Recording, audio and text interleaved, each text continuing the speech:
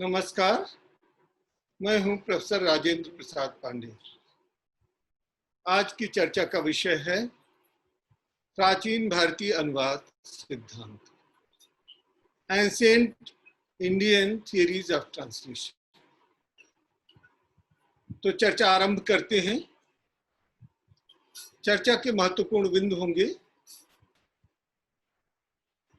शब्दानुवाद, भावानुवाद, छायानुवाद, आशुनुवाद, अनुसृजन और पुनर्सृजन। ये सभी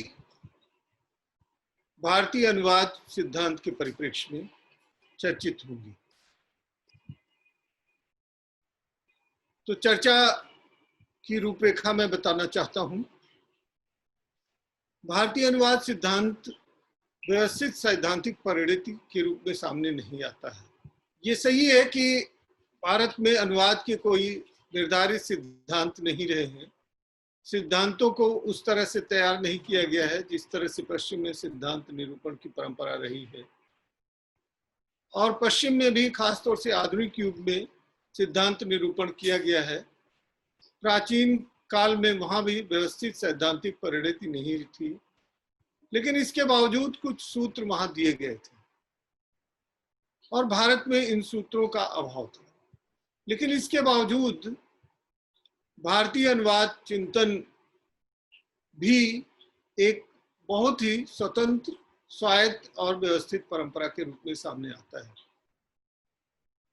जब मैं ये कह रहा हूं कि भारत की कोई व्यवस्थित सैद्धांतिकी नहीं थी, तो उसका सरोकार सिर्फ ये है कि तुलनात्मक दृष्टि से जब हम पश्चिम के संदर्भ में आज हम देखते हैं, उस दृष्टि से देखा जाए तो भारत में थियराइजेशन ऑफ ट्रांसलेशन स्टडीज नहीं थी, जिससे हम अनुवाद की वैचारिकी या सैद्धांतिकी कहते हैं। लेकिन इसका अर्थ यह नहीं है कि भारत में कोई अनुवाद का सिद्धांत ही नहीं था। अगर आज के सैद्धांतिक परिप्रेक्ष्य में भारतीय संदर्भ में हम देखें तो अनेक सिद्धांत दिखाई देते हैं, या कम से कम सिद्धांतों के सूत्र वहां मिलते हैं। तो इस दृष्टि से ये जानना अत्यंत रोचक और ज्ञानवर्धक होगा कि भारत में कौन कौन से प्रमुख अनुवाद सिद्धांत थे, या इसको दूसरे संदर्भ में कहें तो आधुनिक नजरिए से देखने पर जो अनुवाद के सिद्धांत हैं वो किस रूप में भारतीय अनुवाद परंपरा में दिखाई देते हैं, भारतीय चिंतन परंपरा में दिखाई देते हैं। इसको समझने की जरूरत। अब हम देखें तो जिन आधुनिक अनुवाद सिद्धांतों की बात हम करते हैं या प्रविधियों की बात करते हैं, वे सब हमारे यहाँ किसी न किसी रूप में मौजूद थे। किस रूप में वो दिखाई देते थे, कैसे उनका उपयोग हुआ और कैसे एक स्वतंत्र अस्तित्व के रूप में भारतीय अनुवाद सैद्धांतिकी बनी, समय समय पर उसका कैसे प्रसार हुआ, इन बिंदुओं के आलोक में हम उनकी चर्चा करेंगे। इस चर्चा के क्रम में जैसा मैंने बताया, सबसे पहले मैं बात करूंगा शब्दानुवाद के संदर्भ में भारतीय प्राचीन अनुवाद सिद्धांतों की। उसके बाद चर्चा करूंगा भावानुवाद की और उस परिप्रेक्ष्य में कैसे हमारे मनीषी भावानुवाद को किस रूप में समझते रहे और कैसा उसका क्रियान्वयन किया उन्होंने। फिर मैं चर्चा करूंगा छायानुवाद की। उसके पश्चात आशुनुवाद को हम देख सकते हैं, समझ सकते हैं। फिर जिसे आज हम अनुसृजन कहते हैं, ट्रांसलेशन को ट्रांसक्रिएशन के रूप में जब हम देखते हैं तो उस रूप में हम समझने की कोशिश करेंगे।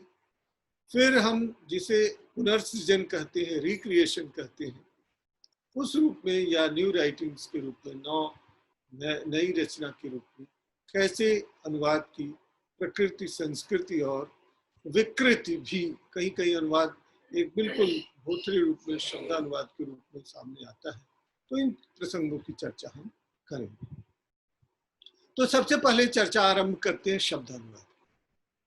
शब्दानुवाद जैसे हम जानते हैं कि शब्दों का अनुवाद कर देना, यानी जो चीज जहां है जैसे शब्दों को व्यवस्थित ढंग से रखते हैं।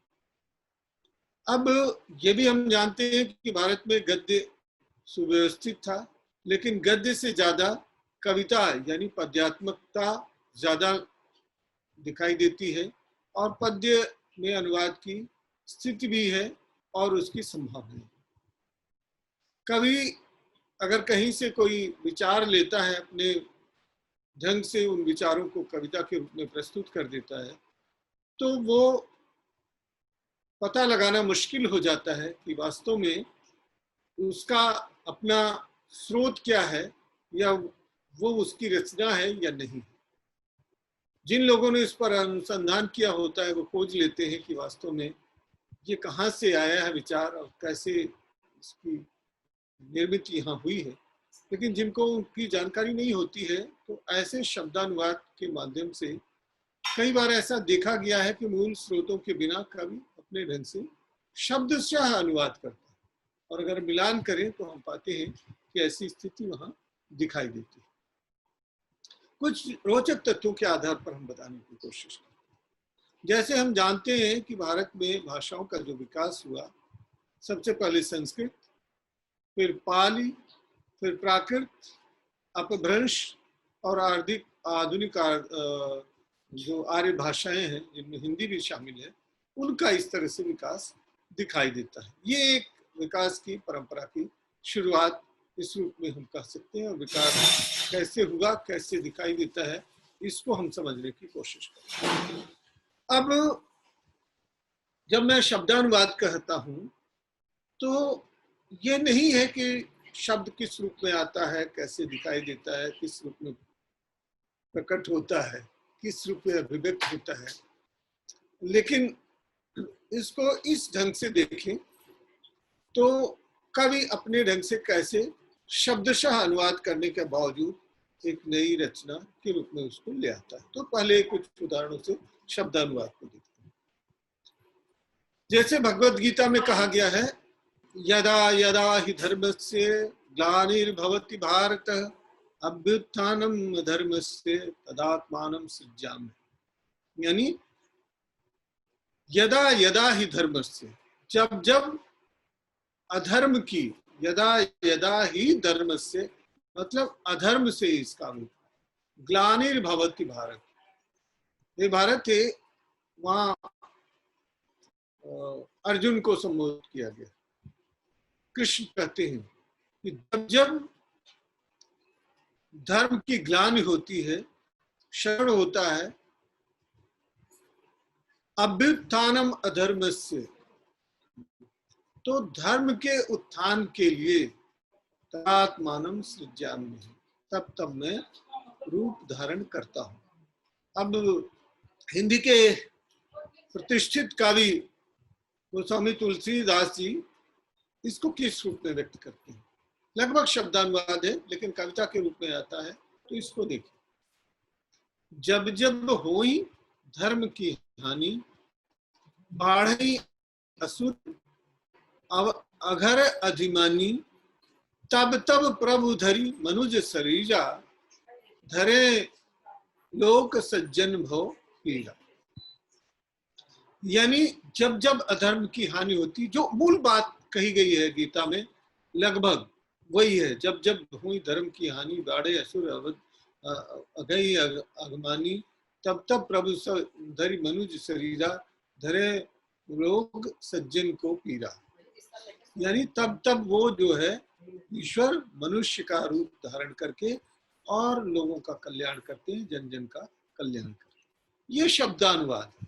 लेकिन अगर इस संदर्भ का हवाला ना दिया जाए, गीता का उल्लेख ना हो, तो ये बताना बहुत मुश्किल हो जाएगा कि कैसे ये जो है गीता से जुड़ा हुआ है और कैसे ये शब्दानुवाद का एक अपूर्व उदाहरण। यही नहीं, अनेक रचनाओं में इस तरह की स्थितियां दिखाई देती हैं। मैं एक दूसरा उदाहरण देता हूं शब्दानुवाद का। क्या है कि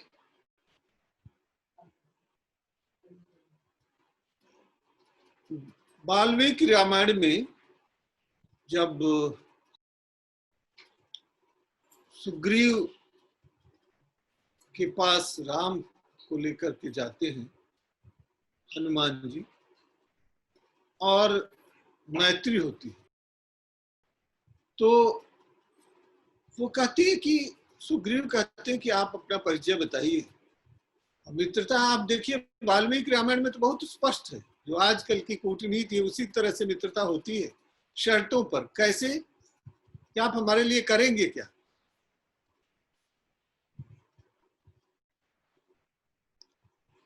तो बाद में, अब जैसा आपको पता है कि बाली का वध करने के बाद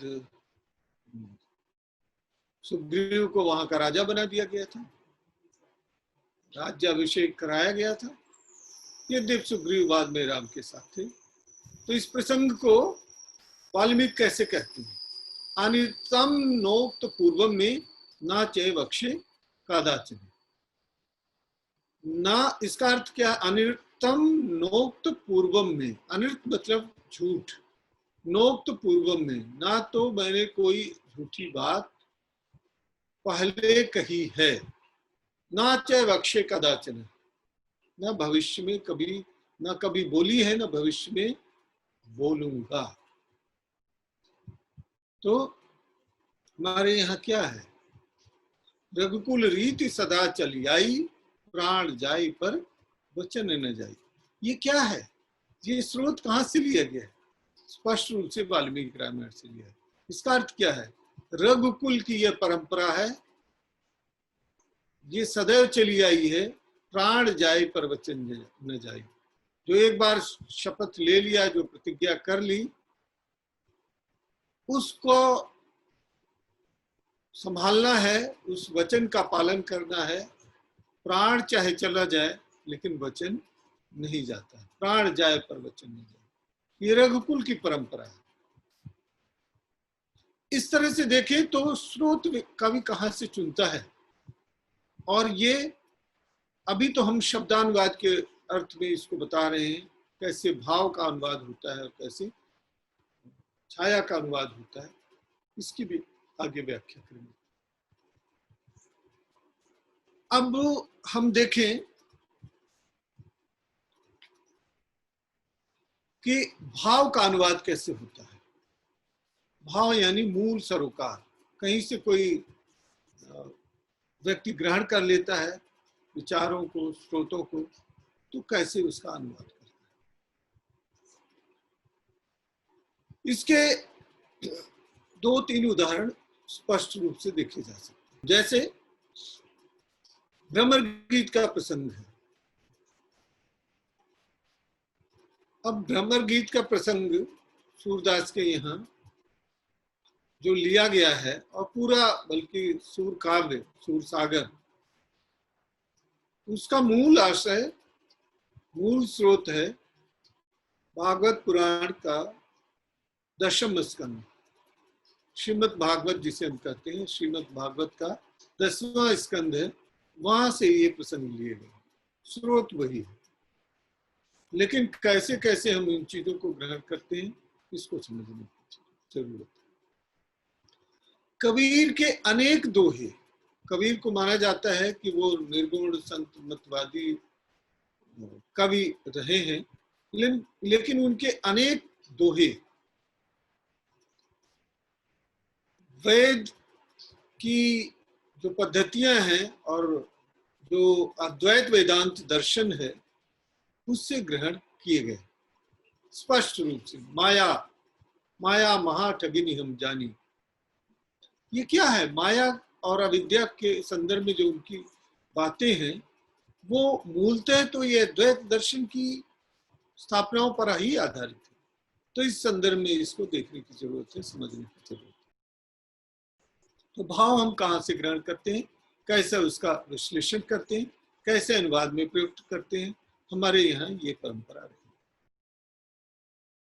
यद्यपि अनुवाद के बारे में बहुत विस्तार से वैचारिकी नहीं दी गई है, उसका थियराइजेशन नहीं किया गया है, लेकिन जो सूत्र ढूंढे गए हैं व्यावहारिक अनुवाद के माध्यम से, वो इन्हीं की ओर संकेत करते हैं कि ऐसा था।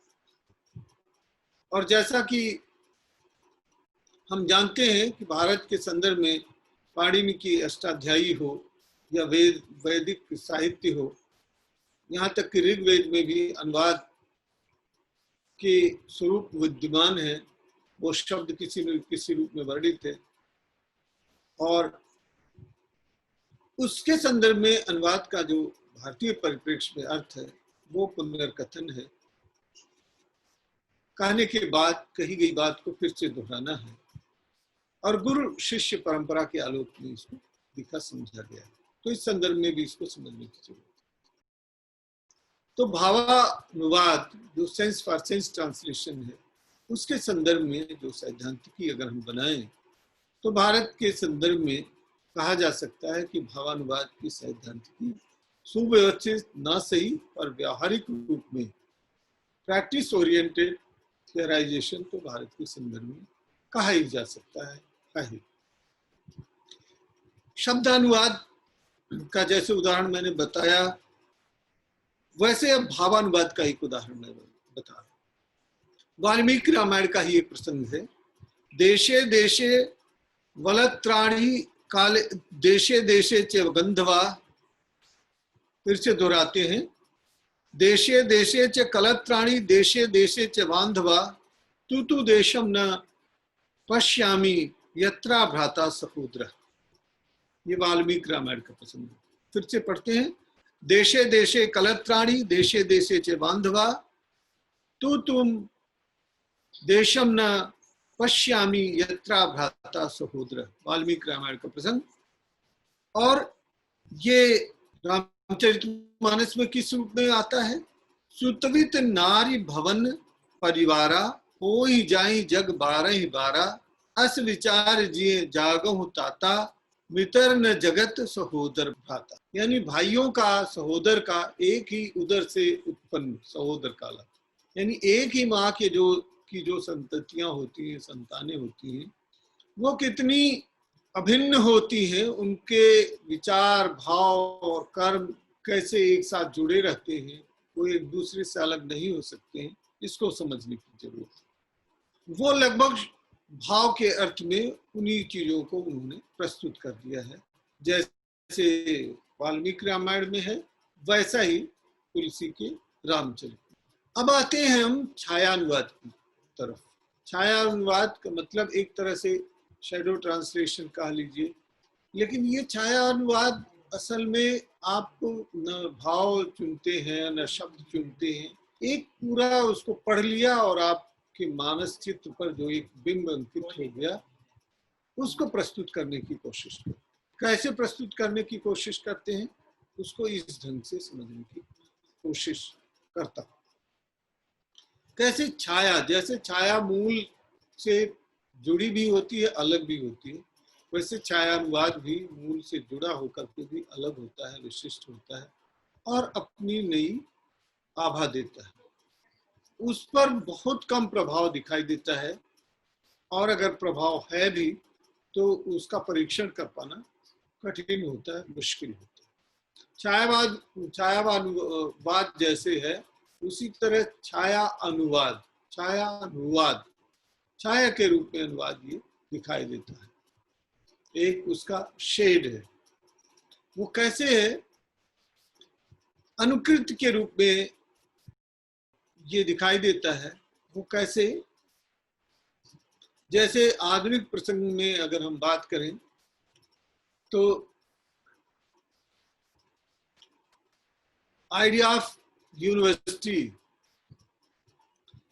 एक निबंध जिसका अनुवाद आचार्य रामचंद्र शुक्ल ने किया, कल्पना नाम से।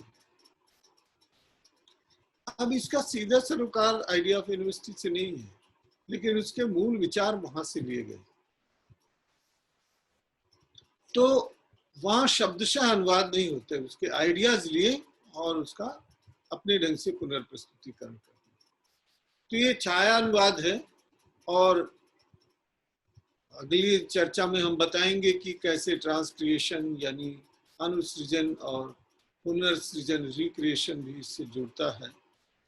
असल में अनुवाद में और उस पूरी बहस में आप लोगों को पता चलेगा जान करके कि ओवरलैपिंग की भी संभावनाएं होती है। मतलब एक तरह से विभाजन रेखाएं नहीं होती, खांचा बना दिया कि ये इस दायरे से उस दायरे में नहीं जाए।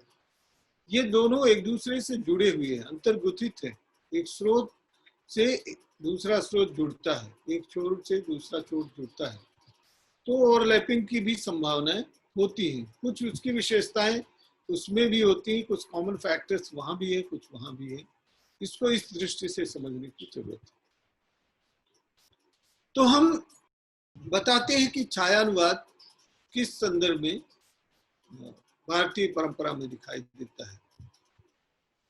आप देखें तो भारतीय दर्शन में स्वतः अनुवाद किस रूप में, गद्य के रूप में दिखाई देता है। कैसे? उदाहरण के लिए आप ब्रह्मसूत्र की जो व्याख्या है उसको देखिए, तो न केवल हिंदी भक्ति काव्य बल्कि भारतीय भाषाओं में किसी भी भाषा में जो भक्ति काव्य की रचना हुई है उसमें जो ब्रह्मसूत्र है उसकी व्याख्या का अत्यधिक प्रभाव पड़ा है। वो किस रूप में छाया उसकी फलीभूत होती है, प्रतिबिंबित होती है, उसका विश्लेषण करने से पता चलेगा। एक अन्य उदाहरण मैं दूं तो भारतीय काव्यशास्त्र का, जिसमें मम्मट है, पंडित राज जगन्नाथ है,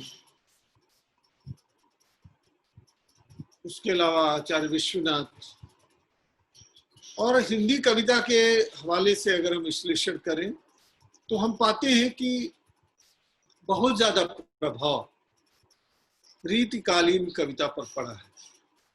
जो काव्य लक्षण के उदाहरण दिए गए हैं वो वहीं से चुने गए। कौन कौन से लक्षण होते हैं कविता के, ये सब पर अत्यंत प्रभाव है इसका। यहाँ तक कि रीतिवादी कवियों में बिहारी और मतिराम भी उससे छूते नहीं है। कहीं न कहीं उन्होंने काव्य लक्षण की रचना की है। तो जैसे संस्कृत आचार्यों ने बताया कि कविता के अमुक अमुक लक्षण हैं, उसी तरह से उसको पद्यात्मक रूप में प्रस्तुत करने की कोशिश की। तो ये छायानुवाद का अप्रतिम अलौकिक उदाहरण देखा जा सकता है। एक उदाहरण हम देखें जो सीधे संस्कृत काव्य शास्त्र से प्रभावित है, रहीम का। रहीमन बहु भेषज करत व्याध न चाड़त साथ, खगमृग वसत अरोग बन हरि अनाथ के नाथ। ये सीधे अनुवाद का प्रभाव दिखाई देता है इसमें। ये मूल रचना कहीं से है और अनुवाद किसी रूप में दिखाई देता है।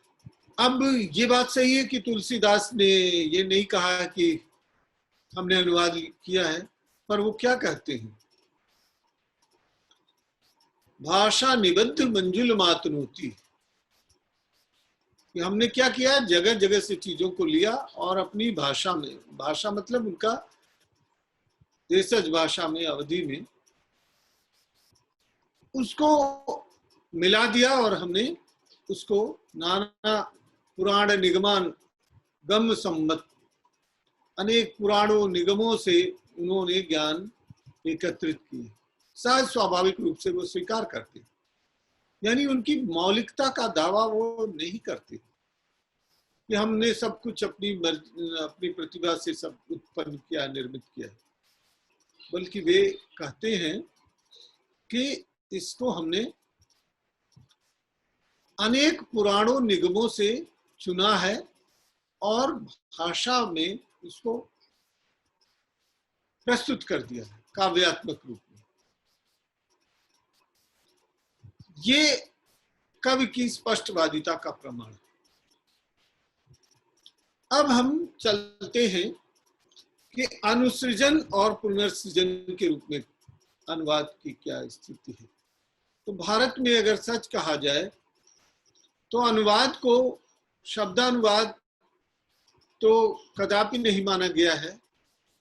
कहीं न कहीं कवि विचारक अपने अपने ढंग से उन चीजों को प्रस्तुत करते हैं और अपनी संभावनाओं को, अपनी भावनाओं को, कल्पनाओं को उसमें रूप आकार देते हैं।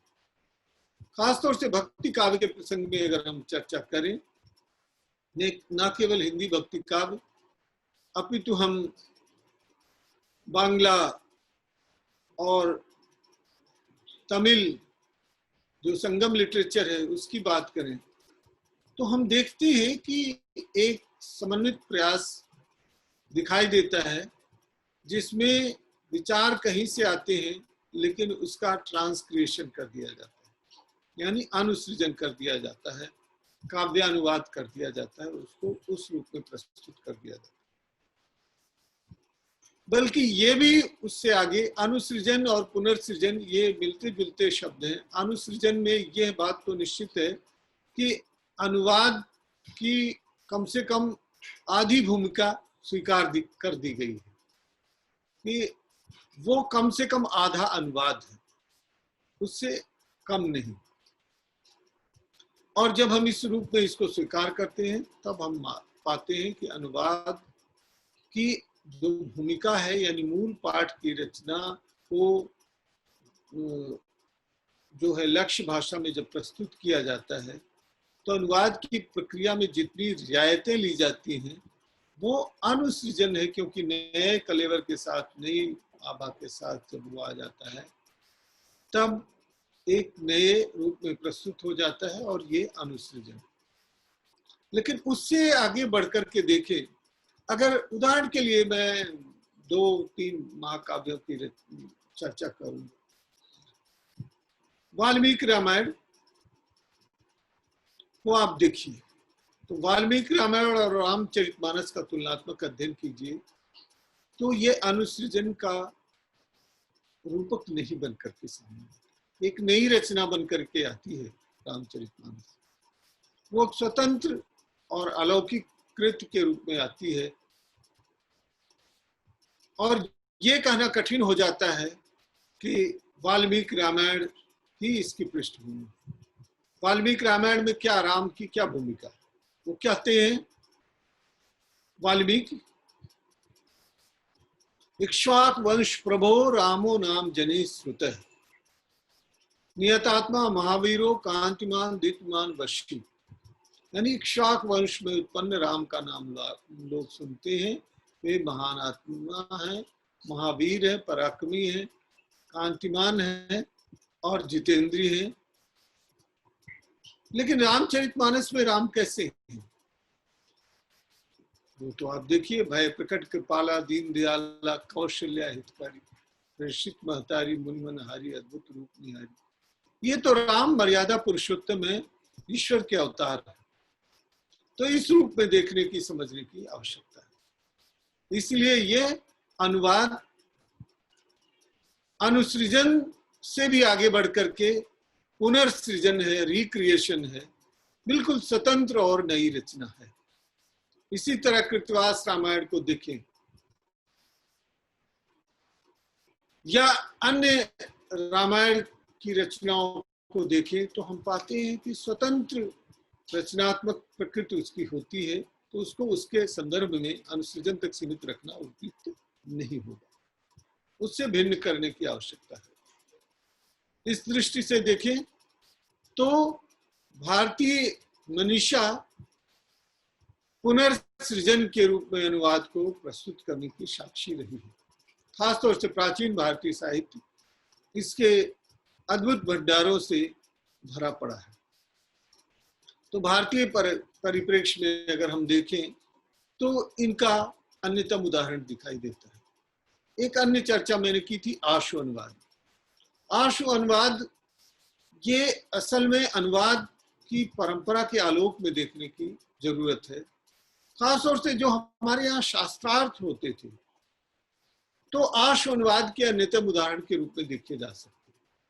शंकराचार्य के जो भाष्य हैं और उन्होंने जैसे विभिन्न भाषाओं में अपने संदेशों का प्रसारण किया, उसको अगर हम विवेचन क्रम के संदर्भ में रखें तो आशु अनुवाद की अद्भुत परंपरा हमारे यहाँ दिखाई देती है।